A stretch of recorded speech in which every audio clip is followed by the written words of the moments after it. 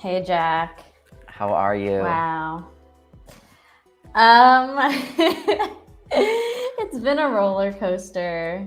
I feel like the Yeah, past few days, today in general. yeah, I guess we can just go out and name it. I mean, one, Emma Chamberlain's back. That's like in the title of this show, which yeah, that was interesting. An interesting thing that happened this week. But also today, Roe v. Wade was overturned, and there's kind of some worries about the future of like basic policies in this country. So I don't know. I think it all ties together. Like we're all in this lived experience together. So I think it's worth like mentioning that. And I know it can feel like weird to make content on a day like this, but I think it's yeah, an important place where we can talk about it all together. So yeah, yeah, how are you feeling, Jack? yeah. I definitely agree. I think it's a really, um, like you said, I think this all sort of ties together because, we're creators. This show is about creators first, but we're also all people. Yeah. And I think they're inherently intertwined, obviously. You can't be a creator without being like a human. Right. So, regular world news affects all of us, and affects, I think, how you feel motivated to create, and things like that. So I think it's definitely, yeah, worth mentioning and acknowledging. Um, Yeah, Today we're talking about definitely. burnout. I definitely think this relates to all this. I'm definitely feeling a little burnt out by just what's going on in the world, trying to keep track of what's happening day to day politically and how that affects, um, you know, how often you want to create. Um, Right. so I think this is all sort of intertwined. Um, so yeah, Definitely. how are you all feeling at home? Let us know in the chat if you are, um, just are you feeling burnt out? I'd love to get that question out first and foremost. Yeah. I'd love a little poll in here. Are you burnt out right now? I think a lot of Mm. people feel burnt out, both creatively and just I don't know, spiritually. Um, Yeah.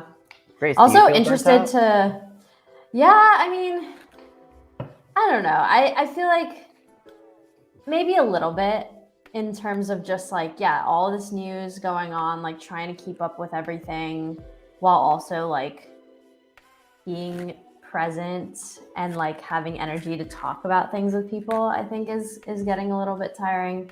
Um, but I think okay, I'm generally okay. Like I don't feel like super down or super high up or something.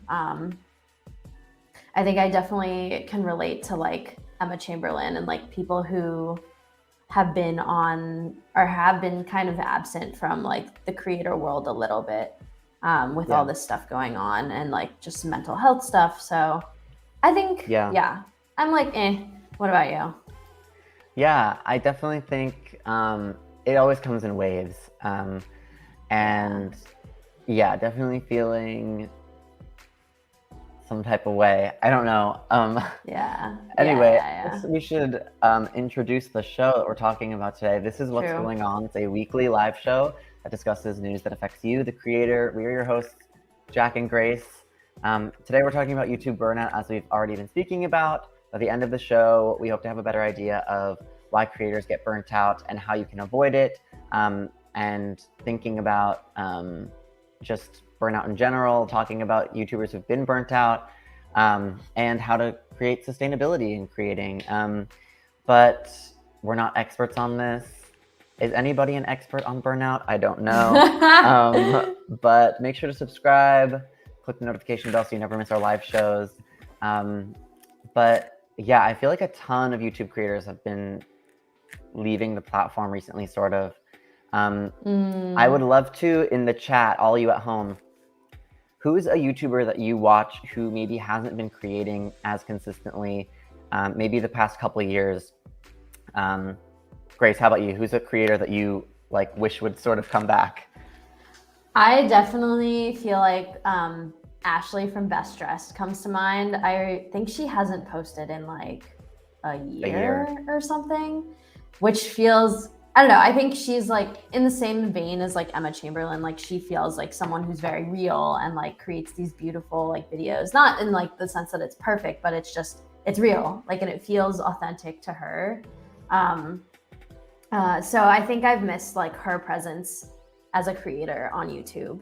But I also like, you know, with any of these things, it's like, yeah, they're people, they have to like have lives. And of course it's like tiring to be constantly posting. And like, even if you feel like you're like being yourself on camera, it's still just like, you always end up thinking from this third perspective of like, okay, what do my viewers want? You know? Yeah, totally. So yeah, what about you, Jack? Anyone come to mind? Yeah, I think Emma Chamberlain comes to mind. Like, I feel like she was like at such a huge trajectory for like where her career was going, and she's still huge. Like, you know, that's never gonna go away. Right. Shout out to Yassine from Sudan. Hello. But where's everyone else from? Put it in the chat. Yeah, true. But yeah, I definitely think her, like, I sort of feel like her stop was very abrupt, but it wasn't shocking to me. Like, I remember her starting and posting, what was it, like 3 videos a week or something, when she was like also in school, like in high school. And I was like, how is she doing this? And yeah, and now it's been many months, and until the other day, I think I don't know, I get the sense that like, well, okay, this leads us to another question, I guess. But yeah, there's tons of YouTubers that have sort of stopped creating content. We have Jenna Marbles, Dan is not on fire, just like recently, a month ago, after like 3 years, just posted a like an hour and a half long feature film like length video. That like about why he came back. We got a Michaela Long in the chat. There's tons of YouTubers that I almost feel like we're always like sort of cycling through new ones. Yeah.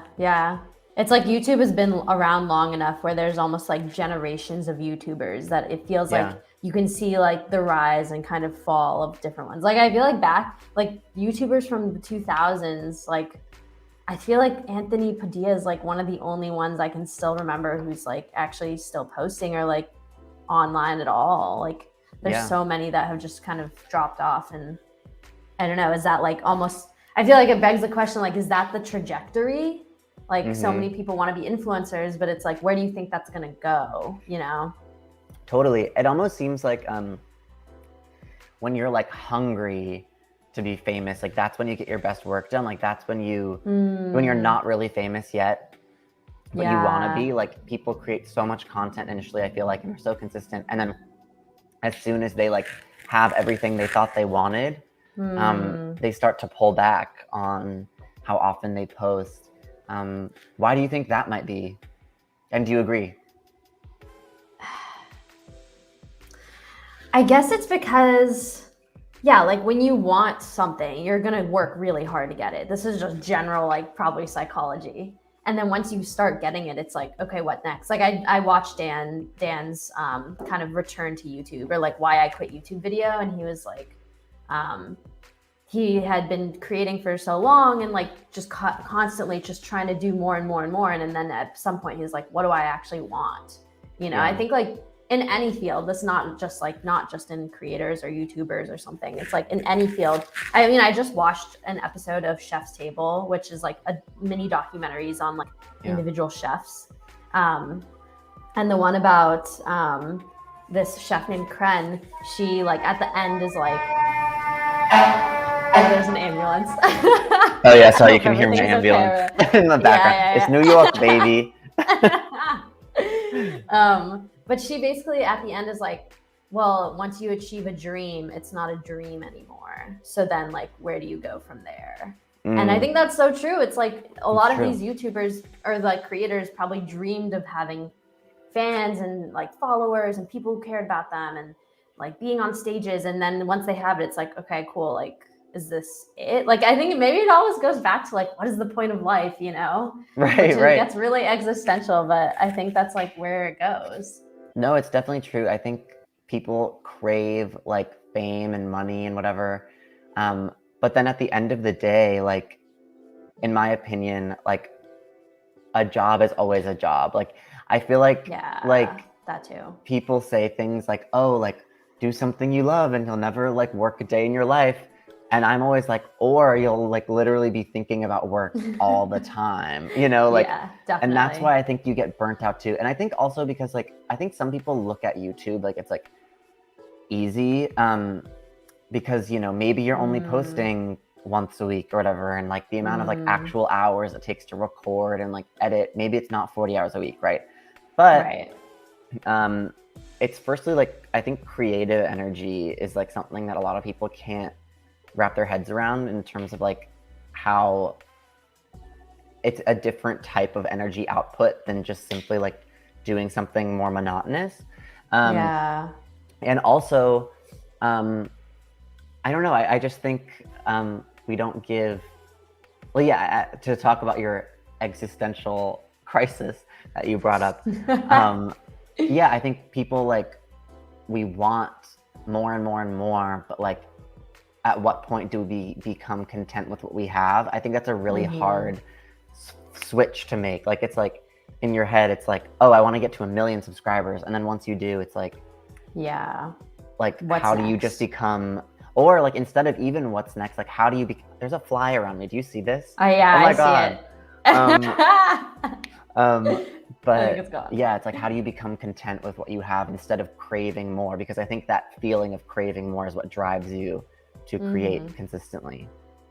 And I feel like there's like this kind of goes back to like YouTube specifically, or like most of these social media platforms. Their end goal is to have like as many people watching as possible. Like if you could Hmm. watch 24/7, honestly, that would probably be their like ideal. Oh my god, yeah. Um, so it's like as a creator, you are incentivized to constantly like create content so you can make money, and Hmm. that goes back to like being able to, yeah, for YouTube to see that like you're bringing people who are watching on the site.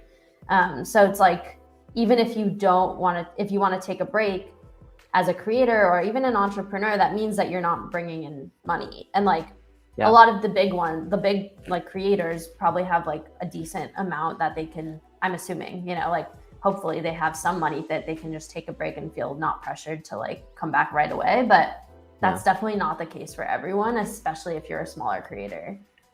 Yeah. So it's like, yeah, like how do you even, we always talk about, oh, mental health, like that's so like you should try and get your mental health back. But it's like it's not just like saying it and that's gonna happen, you know?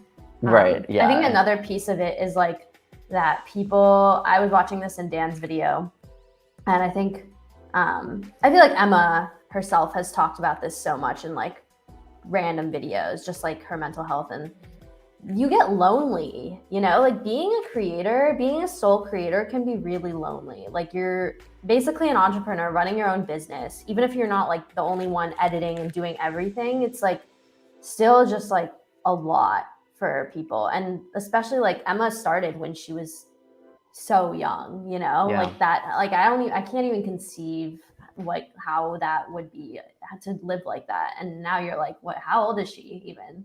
Like 23? I think Like younger than that, she's like even 21, yeah. 21.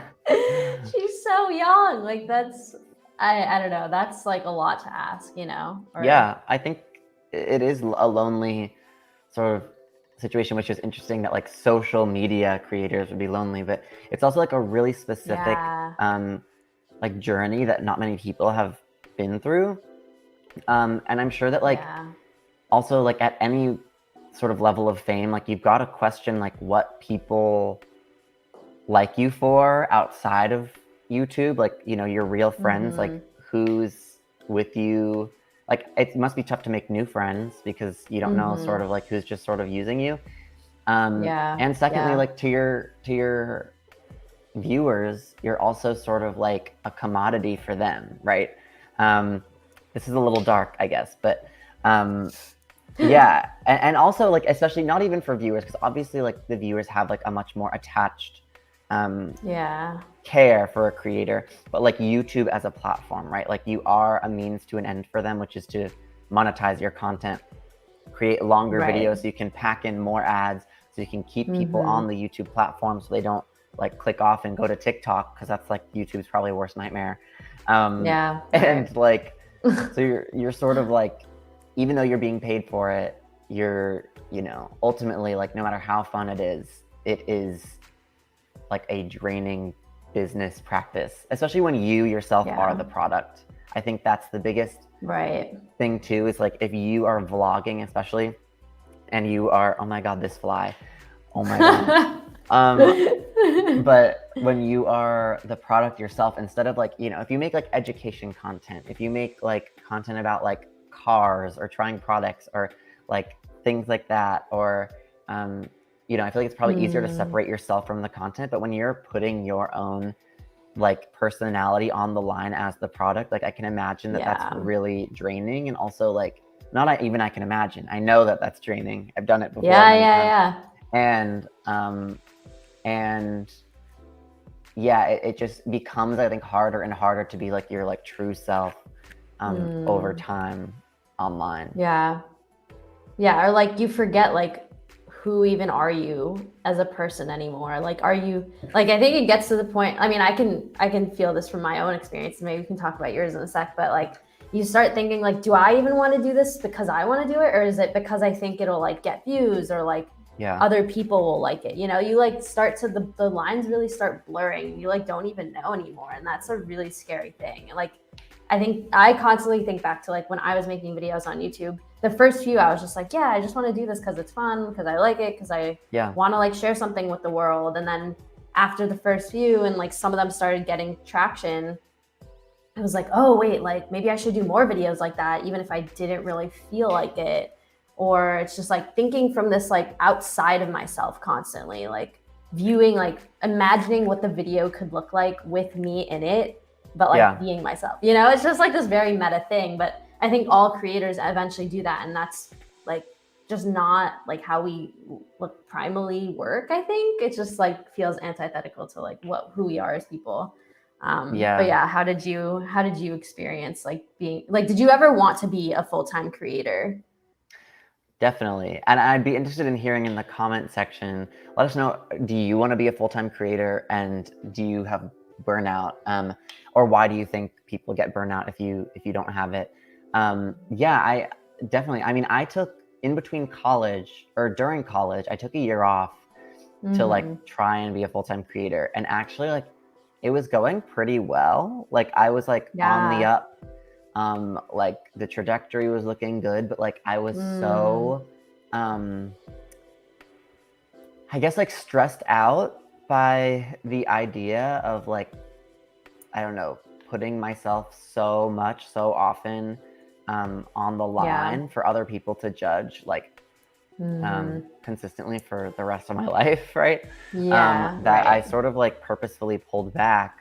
Um, and yeah, I mean, that was a tough decision, but I think that's like the thing of any like goal or dream you have, sort of to get back to that topic, is like oftentimes you look at these like dreams you have in a super rose-colored lenses, right? Because you don't know like Mm, what they actually feel like or look like, yeah. or how they make you feel. And as you get closer to them, I think that's when they become more real and more stressful.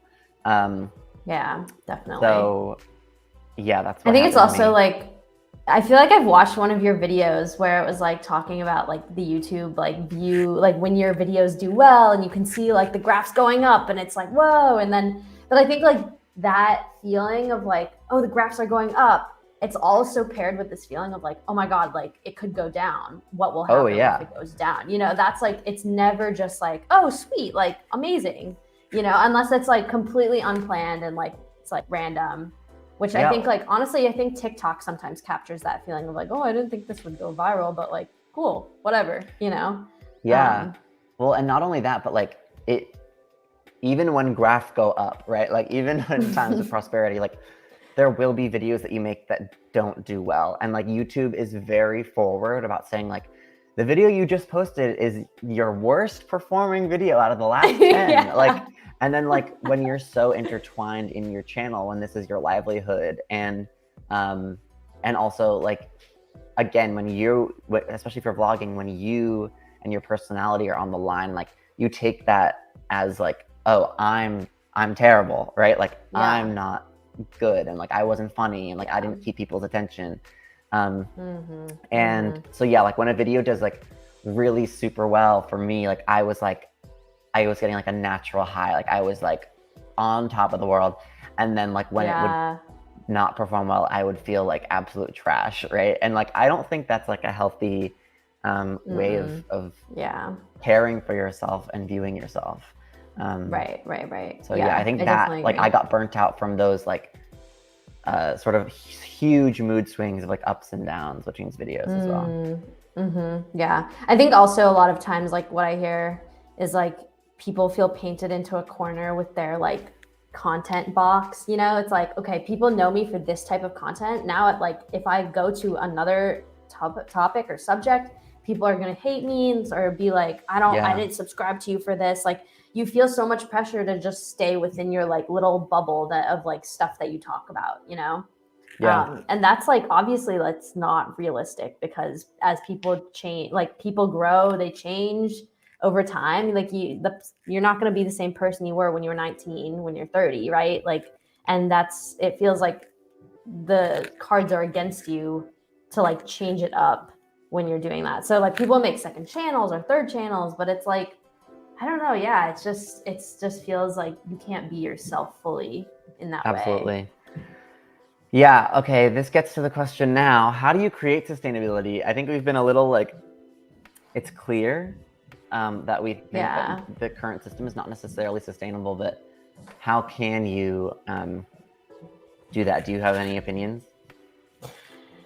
I definitely think like not posting so frequently is like the basis of it. Like I've seen so many channels over the years where they start off like a little bit and then they keep increasing to like the point where they're posting every day. I think that is a recipe to disaster for sure. Like you cannot physically just like mentally, physically be on all the time like that. So definitely like, I think maybe the sweet spot is like once every 2 weeks to a month. I think maybe if you're like just starting out, I would say like maybe more regular, like once a week if you can, but I would almost set like a timer on it. Like, don't be like, okay, I'm just going to post once a week for the rest of my life, you know? I think that's like, you know, that's just, you can't do anything like sustainably like that forever. But I feel like a few weeks to a month for a piece of content. I guess it depends also like what it is. I think that's like the basis. What do you think about like the timeline, the cadence? It's so hard because I think a schedule is important. Like if you're really like, if it's your goal to be a full-time creator, like I do think a schedule is important, because we see it with creators, like as soon as they say like, I'm not going to do a schedule anymore and I'm going to like relax a bit more, but I'll still make content. And then they like never make content, right? Because like obviously if you're stressed out by making videos and then you give yourself like some wiggle room to be like, I'm not going to do it. Like, I'm just going to do it whenever I want now. Then like, you're not going to want to do it if it's causing you stress. Yeah, that's fair. So I think schedule is important, but yeah, like defining what a schedule looks like for you. Like maybe you're right. Like maybe only once a month, but maybe like, you know, maybe you can repurpose that content on other platforms. So like you can still sort of like be posting everywhere and like be pushing people towards that content, but it doesn't always have to be like long form all the time. I think that's important. And I also think like in terms of sustainability, like if you can, like, I don't know, having a partner of some sort who can help you, like, you know, maybe you start a channel with a friend. Well, that can be scary because I did that. That could be its own thing. We broke up, but but like, you know, maybe if you can afford someone to help you edit your videos, like even or something like that, like just like an advisor or something. So helpful. I agree. I think that's important. We got a comment here that I think we should talk about. Do you think that the way we consume content informs how creators put out content and is part of the responsibility on viewers to try and slow down the cycle? Ooh, Oof, it's an loaded interesting question. thought. What do you think? I mean, I think it definitely can be part of it. Like, if you know creators are out there and you just have to like put something out and they'll consume it. Like we've seen with most of like Emma Chamberlain, like it's like the first video she puts out is already like, on on YouTube trending and like millions of views already in like a day. Yeah. So it's like hard to not have that be part of the equation in your mind of like, okay, well, I just need to like put something out there, anything, and I'll make money and like have people follow me again. Yeah. But I don't know if that's like isn't that just human nature of like if stuff is out there you're gonna want to like consume it. I feel like maybe it's just it's a hard part of the equation to like try and adjust the viewer's behavior. Yeah. So I don't. Yeah. Yeah, I mean, What do you think? I think in a lot of ways, like when the system is created this way, it's like not necessarily on the individual viewer, because like when YouTube as a system is like longer videos, like watch time equals performance, watch time equals money, Yeah. like then it's hard to like slow down or like change this. And especially when the algorithm's also like consistency, like if you don't post Yeah. for 6 months, like you're gonna be left behind, it's like Right. so that's, I'm not sure if it's on the viewer, but then the viewer, I don't know, like maybe the short form content of TikTok will actually be helpful, like in pushing YouTube towards a more like creating content that like we can create more quickly. I don't know. I do think it always comes back to the platform, right? Like imagine if YouTube didn't have views. Like if you didn't have a view counter on a video, that would be such a different experience. Like you kind of like the stats that you see, I feel like are a huge part of like knowing what's popular, like what people are watching. And so maybe it's even that aspect of it. Like I remember seeing like that documentary about social media, and it was like the person who made the Facebook like button was like, I had no idea this would like cause so much mental health issues, like that the systemic things that are the actual like experience of the platform itself, I think is like a huge part of this too. Absolutely. Yeah. That was actually, to go back to our question of how do you create sustainably, I forgot about this. The best thing I ever did for creating sustainably and happily was when I went in YouTube Studio, just genuinely like put my hand in front of the box that showed me how well videos were doing. Like I don't want to know, because then like sure, like if you're running a business you probably need to know, but like I was mostly doing it like mostly for fun. And like once you start to treat it like a business, it becomes more stressful, I think. But if you approach it with whimsy and like you're excited by it just for creating, and you don't know like how well a video is actually doing, but you care more about like what people are saying or contributing in the comment section, like that's way more fulfilling, I think, than like chasing the numbers game. It reminds me of how like YouTube removed the dislikes counter publicly. Yeah. Like I think that those, just even that one small change, like people obviously are mad, but I think it does really change like how you'll, like if you see a video that has like a ton of dislikes, way more than the likes, you already start to have an assumption about it. And that's the same way as a creator seeing your stats on your own videos, Yeah, it's interesting. True.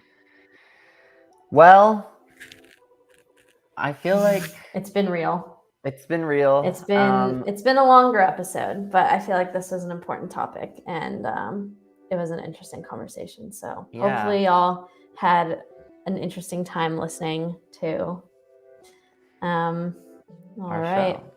Yeah, well, thank you guys so much for listening and watching. Make sure to subscribe to the channel and turn on the notification bell so you never miss when another episode goes live, which is every Friday, except for when one of us is sick. And we will see you guys in the next one. Don't get burnout.